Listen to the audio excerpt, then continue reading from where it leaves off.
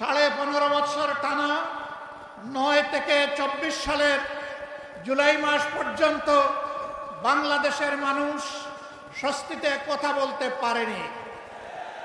বাংলাদেশের মানুষের জীবনের কোনো নিরাপত্তা ছিল না। বাংলাদেশের মানুষ অবিচার নির্যাতনের শিকার হয়ে কোথাও সামান্যটুকু বিচার পায়নি। বাংলাদেশ দুর্নীতিতে ভেসে গিয়েছিল। দেশের টাকা লুণ্ঠন করে বিদেশে পাচার করা হয়েছিল।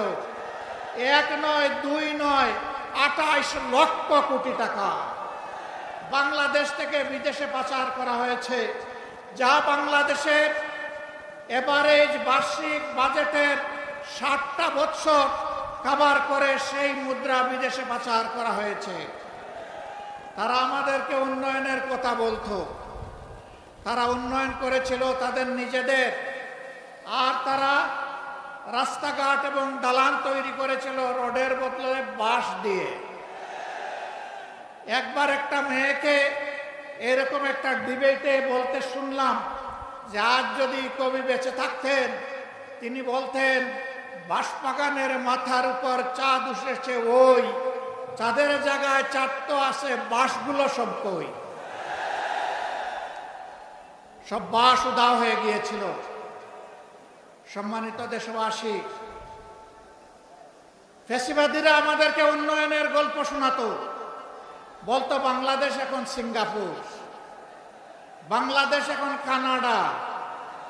হ্যাঁ, বাংলাদেশ কানাডা হয়েছে তাদের জন্য, কারণ তারা পালিয়ে গিয়ে কানাডায় বেগমপাড়া তৈরি করেছে। বাংলাদেশের টাকা ব্যাংকগুলা লুট করে ডাকাতি করে সিঙ্গাপুরে নিয়ে তারা ব্যবসা প্রতিষ্ঠান গড়ে তুলেছে। সম্মানিত বন্ধুগণ, এই ফ্যাসিবাদ শুধু প্রতিপক্ষ রাজনৈতিক দলকে আঘাত করে নাই, তারা বড় আঘাত দিয়েছিল আলিম ওলামার উপর। হেফাজতে ইসলামের নেতারা সারা দেশে অন্যায়ের বিরুদ্ধে প্রতিবাদ করেছিলেন। আল্লাহ এবং আল্লাহ রসুলের বিরুদ্ধে কিছু সংখ্যক বেয়াদব প্রকাশ্যে চর্চা করেছিল। তাদের জবাব দেওয়ার জন্য শান্তিপূর্ণভাবে রাজধানীতে তারা একত্রিত হয়েছিলেন। 13 সালের 5ই মে সেখানে বর্বর হামলা চালিয়ে রাতের অন্ধকারে অসংখ্য মানুষকে খুন করা হয়েছিল। এতগুলো আলিম ওলামা, হুফাজে কেরাম, আইতাম, তাদেরকে হত্যা করার পর, খুন করার পর কুখ্যাত প্রধানমন্ত্রী বলেছিলেন কেউ মারা যায়নি, ওখানে লাল রঙের যে তরল পদার্থ দেখেছেন এটা মোল্লা মৌলবীরা কিছু রং ছিটিয়ে রেখেছিল। লজ্জা! মানুষ খুন করার পরে আবার মানুষের রক্ত নিয়ে উপহাস, এটাই ছিল তাদের বৈশিষ্ট্য। এরা রক্ত হাতে করে ক্ষমতায় এসেছিল, আর রক্তাক্ত হাত নিয়ে ক্ষমতা থেকে বিদায় নিয়েছে। তারা ক্ষমতায় এসেছিল 9 সালে ফেব্রুয়ারি মাসের 25 এবং 26 তারিখ ঢাকার পিলখানায় তৎকালীন প্যারামিলিটারি বিডিআর এর হেডকোয়ার্টারে 2 দিনে 57 জন প্রতিশ্রুতিশীল দেশপ্রেমিক চৌকস সামরিক অফিসারকে তারা হত্যা করার মাধ্যমে তাদের হত্যার অভিযান শুরু করেছিল। আর 24-এর গণবিপ্লবে ছাত্র, তরুণ, যুবক, কৃষক, শ্রমিক, মা বোনদের বুকে, ভাইদের বুকে, সন্তানদের বুকে গুলি চালিয়ে কাড়ি কাড়ি লাশ ফেলে দিয়ে যখন সামাল দিতে পারে নাই, তখন যারা বলেছিল অমুকের কন্যা দেশ ছেড়ে পালায় না, তারাই তখন তারা কি করেছিল? জমিন দিয়ে হাঁটার, গাড়ি চালিয়ে যাওয়ার সাহস তারা হারিয়ে ফেলেছিল। আমাদের দুঃখ লাগে, আমাদের গর্বিত সেনাবাহিনীকেও এই খুনের কাজে তারা ব্যবহার করার চেষ্টা করেছে। দেশের মানুষের জানমাল, ইজ্জত, আবরুর পাহারাদার পুলিশের কর্মকর্তা এবং সদস্যবৃন্দকে এই অপকর্মে তারা ব্যবহার করার চেষ্টা করেছে। বিজিবিকে তারা এই উপকরণে কাজে লাগানোর চেষ্টা করেছে। রাষ্ট্রের একটা প্রতিষ্ঠানকেও তারা ঠিক মতো দাঁড়াতে দেয়নি।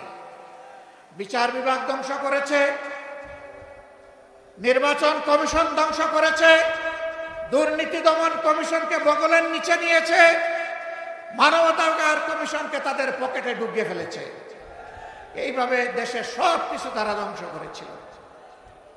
ফ্যাসিবাদীরা বিদায় নিয়েছে, ফ্যাসিবাদ এখনো বিদায় নেয় নাই। আমরা পরিষ্কার বলতে চাই, ফ্যাসিবাদ কালো না লাল, কোন ফ্যাসিবাদকে আর বাংলার জমিনে বরদাস্ত করা হবে না ইনশাআল্লাহ। কেউ যদি ফ্যাসিবাদের ভাষায় আবার কথা বলেন, কেউ যদি আবার ফ্যাসিবাদীদের মতো আচরণ করেন, তারা কোন পথ খুঁজে পাবেন আমরা জানি না, কিন্তু আমরা তাদেরকে পরিষ্কারভাবে বলে দিতে চাই, বাংলার জমিনে এই দেশের আপামর ছাত্র তরুণ মেহনতি জনতা আর ফ্যাসিবাদকে বরদাস্ত করবে না। আমরা অতীতে রুখে দিয়েছিলাম আল্লাহর উপর ভরসা করে, ভবিষ্যতেও কেউ মাথা তুললে তাও রুখে দেওয়া হবে ইনশাআল্লাহ, কাউকে ছাড় দেওয়া হবে না। আমরা কোনো বিশেষ দলের বিজয় চাচ্ছি না,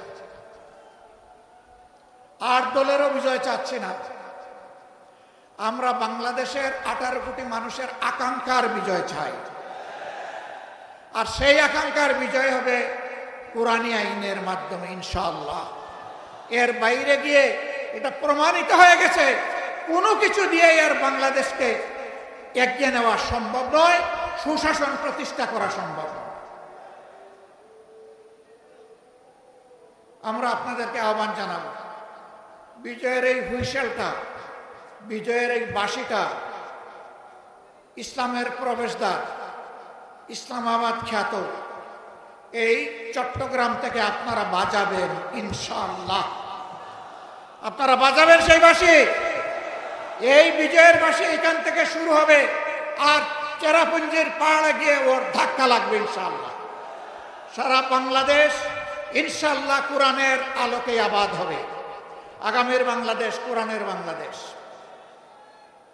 আল্লাহর নবী মুহাম্মদুর রাসূলুল্লাহ সাল্লাল্লাহু আলাইহি ওয়াসাল্লাম আর তার হাতে গড়া সোনার মানুষ সাহাবায়ে কেরাম রিদওয়ানুল্লাহি তাআলা আলাইহিম আজমাইনের পথ ছেড়ে দুনিয়ায় কখনো শান্তি আসে নাই, দুনিয়ায় কখনো শান্তি আসবে না। আমরা কোরআনকে বুকে নিয়ে, রাসূল করিম সাল্লাল্লাহু আলাইহি ওয়াসাল্লামের সুন্নাহকে বুকে নিয়ে, সাহাবায়ে কেরাম রিদওয়ানুল্লাহি তাআলা আলাইহিম আজমাইনের রেখে যাওয়া আমানতকে বুকে নিয়ে আমরা বাঁচতে চাই, আমরা মরতে চাই, আমরা আল্লাহর দরবারে হাজিরা দিতে চাই। আমরা কোনো লাল চক্ষুকে পরোয়া করব না, কোনো দাদা বাবু মানি না, কোনো বড় ভাই মানি না। সকলের সাথে আমাদের সম্পর্ক হবে সমতা এবং পারস্পরিক সম্মানের ভিত্তিতে ইনশাআল্লাহ। আগামীর সেই বাংলাদেশ, মানবিক বাংলাদেশ, কোরআনের বাংলাদেশ গড়ায় চট্টগ্রামবাসীকে অগ্রণী ভূমিকা পালন করার উদাত্ত আহ্বান জানিয়ে আমার বক্তব্য এখানেই শেষ করছি। আল্লাহ হাফেজ। বাংলাদেশ জিন্দাবাদ। 8 দলীয় আন্দোলন জিন্দাবাদ। এই আন্দোলনের বিজয় হবে ইনশাআল্লাহ তাআলা আজিম। আসসালামু আলাইকুম ওয়া রাহমাতুল্লাহি ওয়া বারাকাতুহু।